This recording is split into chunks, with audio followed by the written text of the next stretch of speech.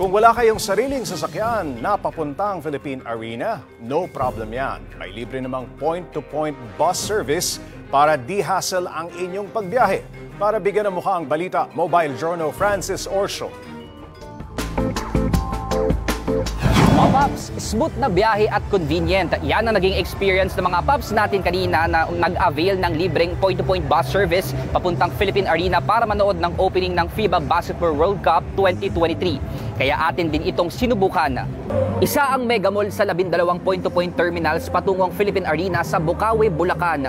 Dito ko piniling mag-avail ng libreng sakay. Alas 11 ng umaga ang unang biyahe ng P2P bus mula dito sa SM Mega Mall. On time ang aming pag-alis. Sa gitna ng biyahe, hindi nakakainip.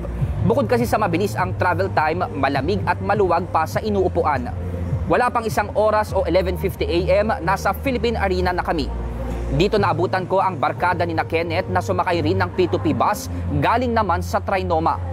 Mas naging convenient po, tsaka yun nga po, medyo maluwang yung bus kaya medyo nakarelax lang kami. Hindi pa nga po kami inabot ng isang oras.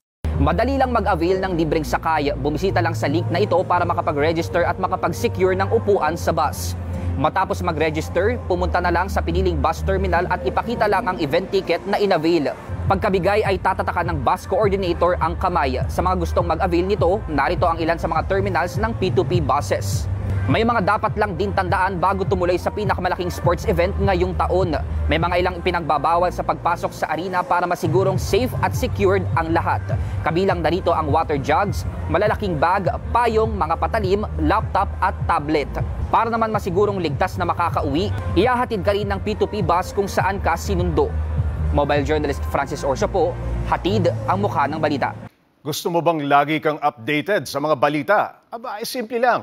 Mag-subscribe ka na dito sa 1PH. I-click mo lang ang subscribe button at notification bell para hindi ka nahuhuli sa mga balitang dapat mong malaman.